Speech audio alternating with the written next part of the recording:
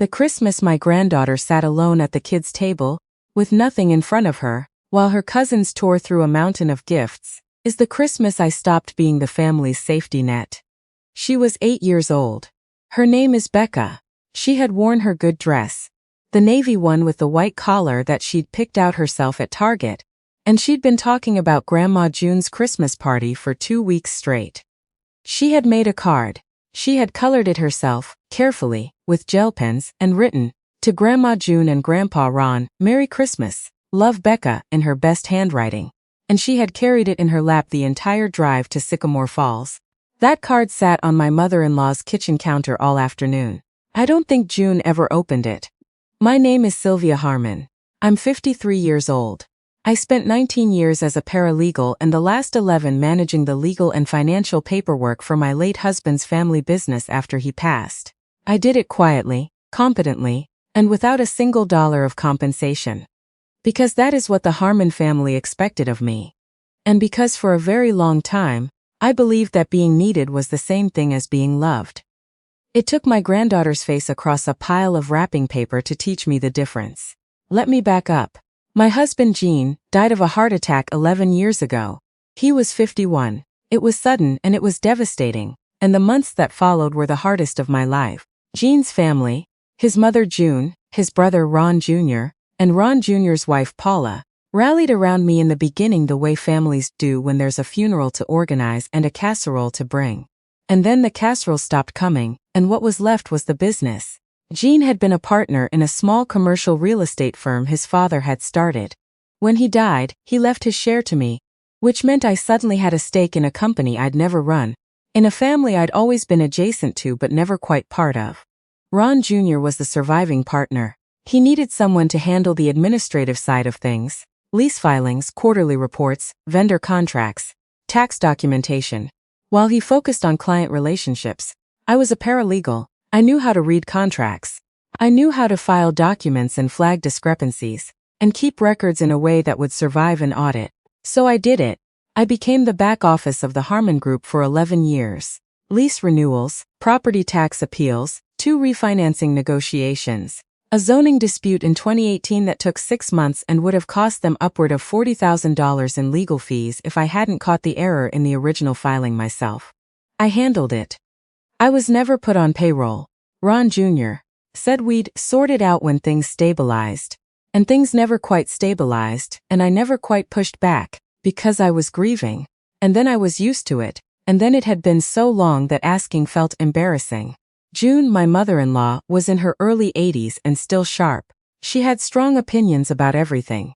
The right way to roast a chicken, the proper length of a thank you note, which grandchildren showed the most promise. She had 3 grandchildren through Ron Jr. and Paula. Twins named Lyle and Brent, 14, and a younger girl, Stella, who was 9. She had 1 grandchild through me and Jean. My daughter Kira's daughter, Becca, who was 8.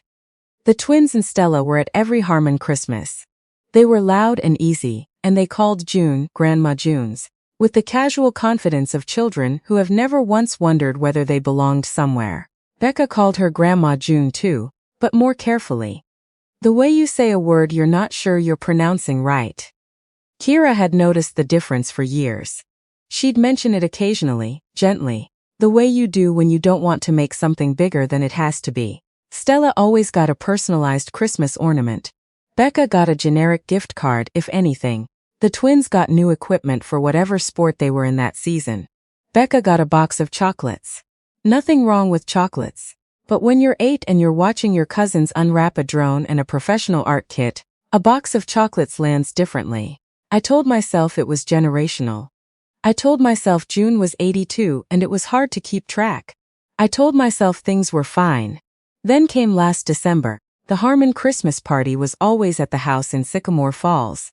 A large colonial on a corner lot, beautifully decorated, the kind of house that looked like it had been staged for a magazine. June spent 3 weeks preparing. There were fresh garlands on the mantel, a 12-foot tree in the front room, and a table near the window that was stacked, by the time we arrived, with an impressive collection of wrapped presents. I noticed the table right away. I'm a paralegal. Noticing things is what I do. I counted 15 boxes before Becca tugged on my sleeve and said she wanted to go find Stella. I smiled and told her to go ahead. And I poured myself a glass of sparkling cider, and I told myself to stop counting. The gift opening started at 4 o'clock after the meal. June orchestrated it the way she orchestrated everything, efficiently, with a clear sense of order. She handed gifts out to Lyle and Brent first, then Stella, moving around the room with the focused attention of someone who had planned this carefully. Lyle got a new gaming laptop. Brent got a set of professional photography equipment, a mirrorless camera, a lens kit, a tripod bag. Stella got a charm bracelet with her birthstone, a watercolor set with 64 colors, and a build-your-own jewelry kit that came in a pink wooden case. I watched Becca from across the room. She was sitting next to Stella on the floor, legs crossed, watching each gift come out of its wrapping with the patient, careful attention of a child who is waiting her turn, and trying very hard to be good about it. June finished with Stella's last gift. She straightened up, smoothed her cardigan, and looked around the room with a satisfied expression. She did not call Becca's name. I set down my cider glass. Becca looked at me. She didn't say anything. She just looked at me with those dark eyes of hers, and I saw her work through it. I saw the moment she started to understand that there wasn't going to be a turn. Ron Jr.'s wife Paula must have seen it too, because she leaned over and said something quietly to June. June's expression shifted. She waved her hand in a small dismissive gesture and said, loud enough for the room, "Oh, Sylvia always handles Becca's things. She's so on top of everything. I didn't want to step on her toes." She said it pleasantly, like it was a compliment. Becca was 8 years old and she heard every word. I excused us to the back hallway. I knelt down to Becca's level behind the coat closet, where it was quiet, and I held both her hands, and I looked at her face while she worked very hard not to cry. "Grandma June forgot me," she finally said. It wasn't a question. It was a child arriving at a conclusion she'd been circling for years. "Baby," I said. And then I couldn't finish the sentence, because she was right, and I knew she was right, and I had let this go on for too long. "Did I do something to make her not like me?" she asked. I pulled her close and held on for a moment. My throat was tight in a way that had nothing to do with the cold outside. "No," I said. "You didn't do anything. This is not about you. This is about me, and I am going to fix it." We left 40 minutes later. On the drive home, I stopped at a CVS and bought Becca a set of colored pencils and a sketchbook with a glittery cover. She held the bag on her lap the whole way to Kira's house. When we got there, she sat at the kitchen table and started drawing without being asked. She drew a Christmas tree with presents under it, and she labeled each present with a name. Mom, Grandma Sylvia, Uncle Pete. She labeled one present Becca and drew a bow on it. I held it together until I got to my car. I drove home. I sat at my kitchen table, and then I did what I always do when I need to think clearly. I opened a legal pad and I started making notes. I had been managing the Harmon Group's administrative operations for 11 years. I had never signed a service agreement. I had never been compensated. Ron Jr. and I had talked about it twice. Once in the first year, when he said we'd figure something out, and once in year 4, when I raised it again and he said the business was going through a rough patch. The rough patch had lasted 7 years, apparently. I pulled up my professional rate references. Paralegal services with my level of experience and specialization billed between $90 and $135 per hour in this region. I used a blended rate of $105. Conservative below my actual market rate. I started logging hours, annual corporate filings, 8 to 12 hours per year, lease administration across 7 properties, roughly 22 hours per year. The 2018 zoning dispute alone had taken me 63 hours over 5 months. 2 refinancing negotiations, 41 hours combined. Quarterly compliance reviews, 8 hours per quarter. Correspondence, document requests, vendor follow-up.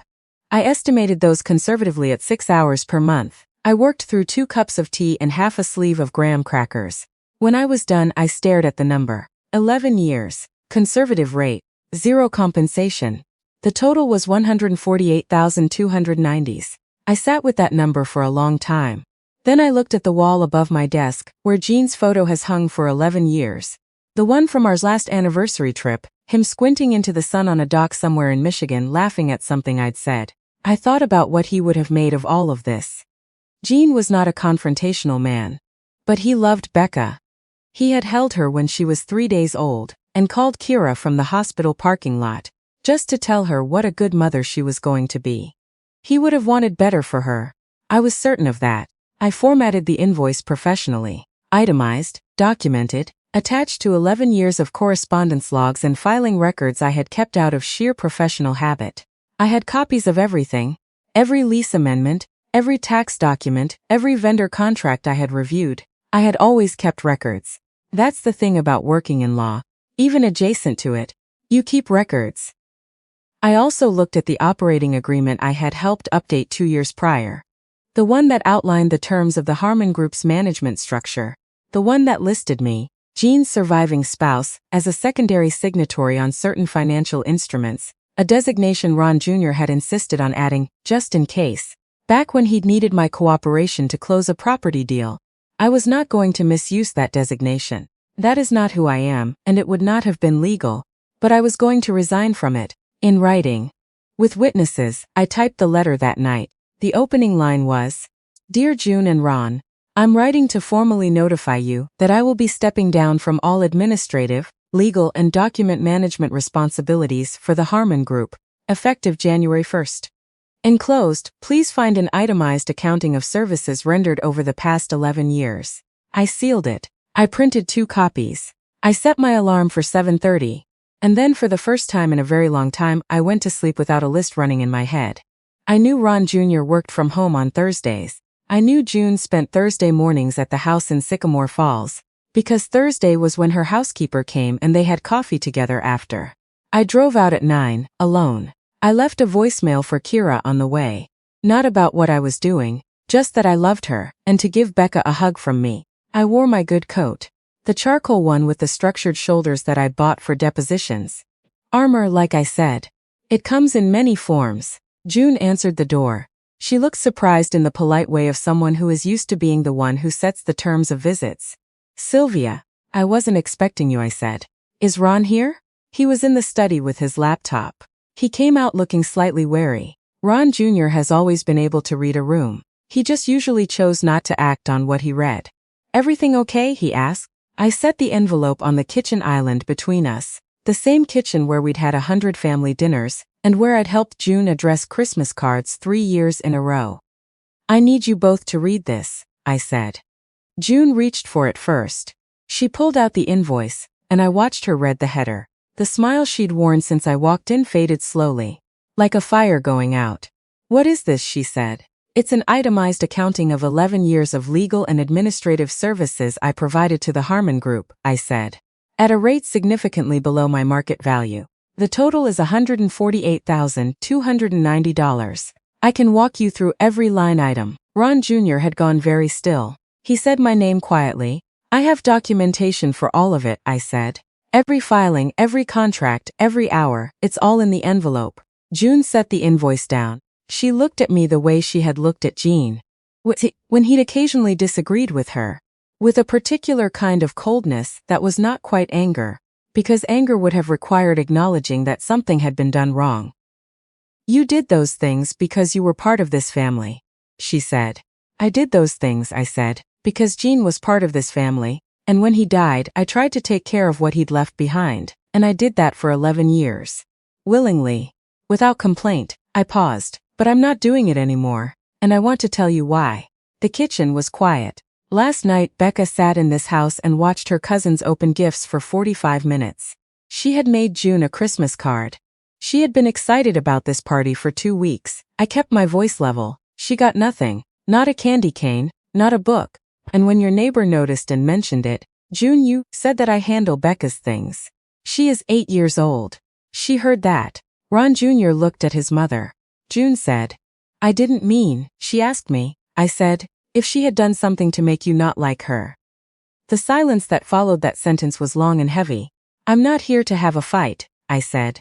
"I'm not here to shame anyone. I'm here because I made a decision and you deserve to hear it directly. As of January 1st, I am stepping down from all administrative functions for the Harmon Group. I'll prepare a full transition summary. I'd recommend you retain a paralegal or a business administrator as soon as possible, because the quarterly compliance filings are due in February and the Henderson lease renewal is up in March. I pulled the resignation letter from the envelope and set it on top of the invoice. This is also my formal resignation from the financial signatory designation. I've already notified the bank. June's hand pressed flat against the counter. Ron Jr. said, Sylvia, you can't just. I can, I said. And I am. I've given this family 11 years of professional work. Because I loved Gene. And I was trying to hold on to something of him. But what I can't give you is my granddaughter's dignity. And every time I walk through that door and let the arrangement continue, I was quietly telling Becca that this was acceptable, that she was worth less than Lyle and Brent and Stella. I'm not willing to do that anymore. I picked up my bag. The invoice isn't a demand, I said. I don't expect you to write me a check today, but I want it on record. I want there to be a document somewhere in this house that says what 11 years of my time was worth. Because for 11 years, this family acted like it was worth nothing. I looked at June. I want you to think about that. I want you to think about Becca making a card and carrying it here in her lap. And I want you to ask yourselves what kind of family you want to be in the years you still have left to choose. I turned to go. Ron Jr. said my name again differently this time. I stopped. He was standing in the middle of his mother's kitchen, and he looked, genuinely, like a man who had not thought very hard about what he'd been doing and was starting to. Did she really ask if June didn't like her? He said. Word for word, I said. He nodded once, slowly, like someone who has just been shown a number they cannot argue with. I left. My hands shook the entire drive back to the highway. I had to pull into a gas station parking lot for a few minutes and just sit. That's the thing nobody tells you about standing up for yourself. It doesn't feel triumphant in the moment. It feels like jumping off something high. The ground rushes up and you think, for just a second, I'm not sure I'm going to be okay. But then you land, and you're okay. And you have to realize you're standing somewhere you couldn't stand before. What happened after is the part I didn't fully anticipate. 3 days later, Paula called me, Ron Jr.'s wife. We had always had a pleasant but careful relationship, two women adjacent to the same difficult family, managing. She said she'd talked to Ron Jr. after I left. She said she'd told him the same thing about Becca that I had, but from her own angle. That she'd watched it happen for years and she'd never said anything and she felt badly about that. I should have said something, she told me. I saw Becca's face. I didn't. I appreciated her saying that. I told her so. Ron Jr. himself called a week later. He didn't lead with an apology. Ron Jr. is not built for a direct apology, which is a Harmon trait I recognize because Gene had a version of it too. He asked if he could take Becca to the Natural History Museum the following weekend. Just the two of them and Stella, so Becca would have someone her age. I told him I'd ask Kira. Kira said yes cautiously. He took them on a Saturday in mid-January. He bought Becca a stuffed woolly mammoth from the gift shop, one of those good ones with weighted feet that stand up on their own. He texted me a photo of the two of them in front of the dinosaur exhibit, Becca holding the mammoth by one tusk, grinning her gap-toothed grin. That night Kira told me Becca had come home and said, very seriously, Uncle Ron said he was sorry we missed my gift at Christmas. He said he was going to fix it. She had reported this the way 8-year-olds report things, matter-of-factly, already moving on to something else, already trusting that the adults had sorted it out. She showed Kira the mammoth's weighted feet. I cried in my car again. It's becoming a habit. June has not called me. I didn't expect her to, not yet. June is 82 years old and has operated a certain way her entire life, and changing at 82 is possible but not fast. I'm not waiting by the phone. I have other things to tend to. I hired a business administrator to prepare the Harmon Group transition documents. I did that part professionally because that's how I do things. The February filings were submitted on time. The Henderson lease was flagged and handed off. I'm done. As for the invoice, it has not been paid and I didn't expect it to be. Money was never really the point, though I won't pretend it's nothing. $148,000 is not nothing. What it is more than anything is a number. A real documented, itemized number that says, this is what I gave. This is what I was worth. This is what you chose not to acknowledge. Numbers don't lie. That's what I've always believed. Numbers are just the truth, written in a language that's hard to argue with.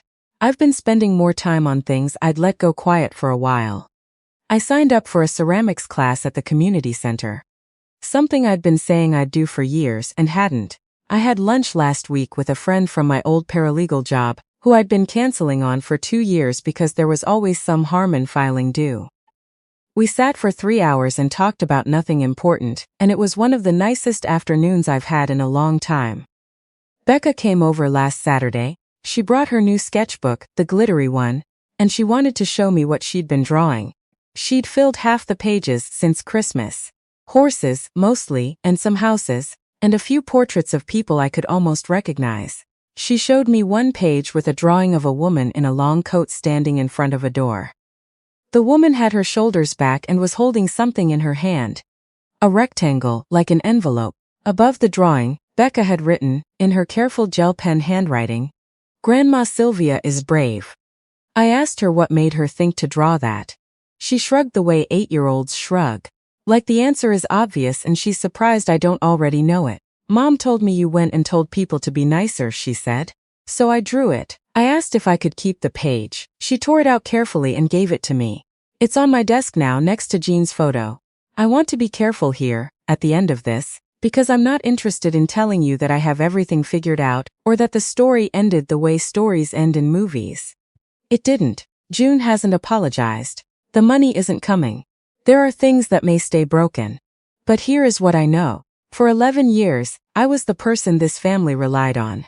To file the paperwork, to catch the errors, to show up and do the invisible work that kept everything running.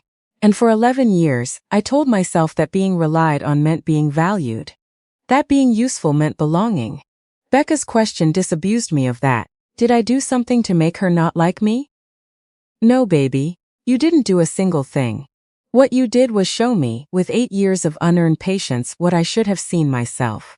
That the people who use your reliability have a responsibility to earn it. And when they don't, you are not obligated to keep offering it. The most dangerous role in any family isn't the difficult one. It's the reliable one. The one everyone assumes will always be there. Always absorb the extra weight. Always stay quiet because staying quiet is just what she does. I was quiet for 11 years. I carried the weight. I filed the paperwork. And somewhere in the middle of all of that, I forgot to ask the one question that mattered most. Not can they count on me, but do they see me? There is a difference. A significant 11 years of invoices difference. If you are the reliable one in your family, the practical one, the one who always handles things, the one people describe as self-sufficient, like it's a compliment when what they really mean is low maintenance, I want to ask you something. What would it cost them if you stopped? And what has it already cost you? Think about it carefully. Because the people who love you should say so with their actions, not just their expectations. And if they don't, you are allowed to name it. You are allowed to write it down. You are allowed to put a number on it, and walk into their kitchen on a Thursday morning, and set it on the counter between you. You are allowed to stop being convenient. This is Mara Payback, because real justice starts with knowing your own worth, and having the courage to say it out loud.